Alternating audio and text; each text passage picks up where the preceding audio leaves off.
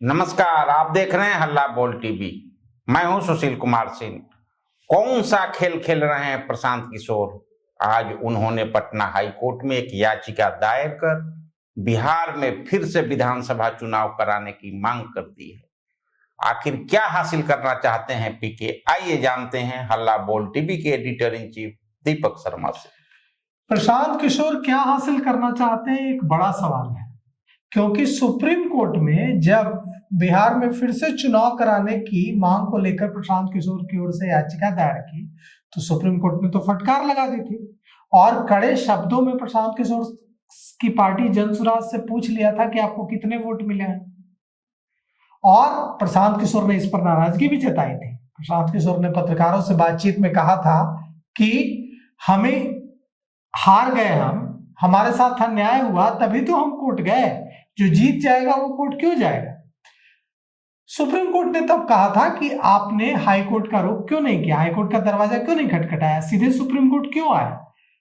उसके बाद लगा था कि सुप्रीम कोर्ट ने इस तरह से इतनी कड़ी फटकार लगाई है, सवाल उठाए हैं कि यह याचिका क्यों दायर की गई। इस पर यह सवाल पूछ लिया कि प्रशांत किशोर की पार्टी को कितने वोट मिले। यह भी कह दिया कि अगर आप सत्ता में आएंगे तो आप भी फ्रीबीज बांटेंगे। लेकिन इसके बावजूद प्रशांत किशोर पीछे नहीं हटे हैं। प्रशांत किशोर ने पटना हाई कोर्ट के मशहूर वकील वाईवी गिरी के जरिए की सहायता से दायर कर दिया है बिहार में फिर से चुनाव कराने की याचिका। अभी जो याचिका दायर की गई है इस पे पटना हाई कोर्ट में बहस होगी। तो क्या Patna high court supreme court का जो स्टैंड था उससे अलग स्टैंड ले लेगा? एक बड़ा सवाल है कि अगर सुप्रीम कोर्ट ने याचिका स्वीकार की, याचिका पर सुनवाई की और उसके बाद कड़ी फटकार लगाई और कहा कि हाई कोर्ट जाइए, अब क्या पटना हाई कोर्ट इस पर कोई दूसरा स्टैंड ले लेगा? इसकी उम्मीद तो कम दिखती है कि सुप्रीम कोर्ट ने अगर फटकार लगाई, सुप्रीम कोर्ट ने अगर याचिका सुनवाई के तुरंत कह दिया होता कि याचिका सुनवाई के दौरान कि ठीक है आप पटना हाई कोर्ट जाइए, तो बात समझ आती कि ठीक है। लेकिन सुप्रीम कोर्ट ने सुनवाई के लिए याचिका स्वीकार की और इतना ही नहीं, फटकार भी लगा दी। उसके बाद कहा कि आप हाई कोर्ट जाइए और उसके बाद फिर प्रशांत किशोर रुके नहीं, प्रशांत किशोर हाई कोर्ट गए। हम आपको सुनाते हैं कि क्या कुछ कहा है जनसुराज पार्टी के प्रदेश अध्यक्ष मनोज भारती ने ये जो याचिका पटना हाई कोर्ट में दायर की गई है इसको लेकर, और उनके वकील वाईवी गिरी के जो साथी हैं प्रवीण कुमार, उन्होंने क्या कुछ कहा है हम आपको सुनाते हैं। खुश है तो चुनाव के बाद से लगभग हर सप्ताह आपको बिहार के बच्चों के शव वहाँ से बाहर से क्यों आ रहे हैं, और लगभग हर सप्ताह 2 या 4 दुर्घटना हो या बलात्कार हो या मर्डर हो, उसके केस, उसके नंबर तो बढ़ते ही जा रहे हैं। जो अफसर शाही है उसका लेवल तो दिन पर दिन बढ़ता ही जा रहा है। अभी पता चला कि जो छपरा में जो केस हुआ है वहाँ पर यूट्यूबर्स को जाने से मना कर दिया गया है कि अब कोई यूट्यूबर वहाँ नहीं जा सकता। अगर सरकार इतनी दमनकारी हो जाएगी तो जनता को 10,000 रुपये लेकर जो फायदा हुआ। वाईवी गिरी के नेतृत्व में हम लोगों ने पिटीशन तैयार किया, हमारे सहयोगी साथी भी इसमें हैं ब्रिजमोहन कुमार सिंह जी, उदय शंकर पांडे जी, प्रिया राज जी और दिवाकर पांडे जी। इसमें senior advocate Shri Basant Kumar Chaudhary ji, senior advocate Shri MS Ashraf ji और सीनियर एडवोकेट राजीव अध्यक्ष महोदय जी, जो एक बात बोले कि सुप्रीम कोर्ट ने डायरेक्शन दिया उसके अनुपालन में हम लोग फाइल किए, उसको थोड़ा सा मैं करेक्शन करना चाहूँगा। सुप्रीम कोर्ट ने हम लोगों को लिबर्टी दिया, ऑनरेबल सुप्रीम कोर्ट ने लिबर्टी दिया कि हम लोग पहले मूव करके यहाँ से तब सुप्रीम कोर्ट आए। वो डायरेक्शन नहीं, लिबर्टी है। क्या रेनी में मेन मुद्दा ये है कि जो रिलेवेंट स्टेट्स है उसमें अधिकांश हमारे अध्यक्ष महोदय जी आप लोगों को ब्रीफ कर चुके हैं। उसमें थोड़ा सा मैं सिलसिलेवार बताना चाहूँगा कि 29/8/25 को अगस्त में 29/8/25 को कैबिनेट डिसीजन द्वारा ये मुख्यमंत्री महिला रोजगार योजना का अप्रूवल मिला, जिस समय की सारी पार्टियां प्रचार प्रसार में लगी हुई थी 2025 के इलेक्शन के लिए। उसी पीरियड में अप्रूवल मिला और 1/9/2025 को इसका गाइडलाइन इशू हुआ।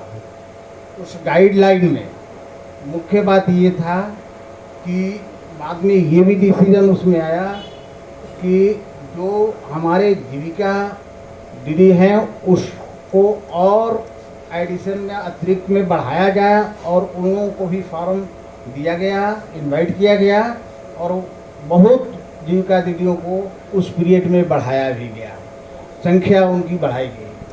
तो दूसरा डेट रिलेवेंट है कि 26/9/2025 को 26/9/2025 को 25 लाख महिलाओं को फर्स्ट इंस्टॉलमेंट दिया गया, 75 लाख दिया गया और 3/10/2025 को सेकेंड इंस्टॉलमेंट दिया गया 25 लाख महिलाओं को और 6/10/2025 को मॉडल कोड ऑफ कंडक्ट लागू होता है और सेम डे 6/10/25 को ही 21 लाख महिलाओं को थर्ड इंस्टॉलमेंट दिया जाता है। मॉडल कोड ऑफ कंडक्ट लागू होने के बाद 17/10/25 को फोर्थ इंस्टॉलमेंट लगभग 30 लाख से 35 लाख महिलाओं को दी जाती है। हालांकि फिफ्थ इंस्टॉलमेंट ये सिलसिलेवार देखने की बात है कि इलेक्शन के पीरियड में 75 लाख 25 लाख और 21 लाख महिलाओं को दिया गया, 30 से 35 लाख महिलाओं को दिया गया एक इंस्टॉलमेंट में। लास्ट इंस्टॉलमेंट जो फिफ्थ इंस्टॉलमेंट का क्राइटेरिया रहा वो 10 लाख को मिल गया। तो उस पीरियड में जो दिया गया और इलेक्शन के बाद दिया गया, ये भी एसेस करने की बात है। मेन बात ये है कि हम लोगों को इस तरह का लाभ इलेक्शन के पीरियड में किसी को देना एक प्रैक्टिस है और ऐसे इलेक्शन को सेट असाइड और विजिट करने का पावर है। ये कंप्लीट वायलेशन ऑफ 123 है। तो ये लीगल दृष्टि से बिल्कुल ही मजबूत केस है और आर्गुएबल केस है और हम लोगों को होप है कि इसमें किसी स्टेज में भी रिलीफ मिलना चाहिए। हम लोग लोअर स्टेज से उठाए हैं मुद्दे को, सुप्रीम कोर्ट ने लिबर्टी दिया और ऑनरेबल सुप्रीम कोर्ट के लिबर्टी के अनुसार हम लोग रिपिटिशन फाइल किए हैं और इसमें आप इस आंकड़े को भी ध्यान दें कि बीजेपी को 89 सीट्स मिले, जेडीयू को 85 सीट्स मिले, एलजेपी को 19 सीट मिले और हिंदुस्तानी आवाम मोर्चा को 5 सीट मिले और राष्ट्रीय लोक मोर्चा को 4 सीट मिले। तो टोटल ये जेडीयू का सीट हो गया 202। अब आउट ऑफ 243 202 उन लोगों को मिल गया। केवल 41 सीट ही अदर पार्टी और महागठबंधन एक्सेट्रा को मिले। तो मेजर सीट्स चला गया। इसका ये कारण नहीं है कि उनको जनता बहुत पसंद करती थी, जनता उनको नकार चुकी थी, ऐसा सीट मिलने की किसी को संभावना नहीं था, कोई वेव उस तरह का नज़र नहीं आ रहा था। ये सारा कमाल जो है वो पैसे का कमाल रहा, ये 10,000 रुपये का कमाल रहा। तो देखिए मनोज भारती का स्टैंड देखिए, वाईवी गिरी के सहयोगी वकील जो हैं, सीनियर एडवोकेट हैं प्रवीण कुमार, वो क्या कह रहे हैं? वो तो पूरा एकदम जोश में दिख रहे हैं कि हाँ हम तो लड़ेंगे पटना हाईकोर्ट में। तो कुल मिलाकर मामला ये है कि पटना हाईकोर्ट का इस पर जो स्टैंड हो, ये तो माननीय पटना उच्च न्यायालय तय करेगा कि स्टैंड क्या होगा। लेकिन प्रशांत किशोर इस मुद्दे को छोड़ना नहीं चाहता है, जन स्वराज इस मुद्दे को छोड़ना नहीं चाहता है। जन स्वराज पार्टी चाहती है कि इस मुद्दे को लेकर लड़े और एक पॉलिटिकल मैसेज बिहार की जनता में दें कि देखिए हम ही लड़ रहे हैं, हम ही विपक्ष हैं, हम ही अपोजिशन है, विपक्ष तो कुछ कर नहीं रहा है। तो प्रशांत किशोर को यह बात साफ समझ में आ रही है कि तेजस्वी यादव स्थिर पड़े हुए हैं, तेजस्वी यादव निष्क्रिय पड़े हुए हैं, वे कहाँ हैं किसी को कुछ समझ नहीं आ रहा है। अभी कोलकाता का रुख उन्होंने कर लिया, पश्चिम बंगाल पर ध्यान दे रहा है। बिहार में इतनी हलचल है, इतनी पॉलिटिकल सरगर्मी है और बिहार विधानसभा में नेता प्रतिपक्ष का फोकस पश्चिम बंगाल चुनाव है, जहां उनके पास न खोने के लिए कुछ है न पाने के लिए कुछ है।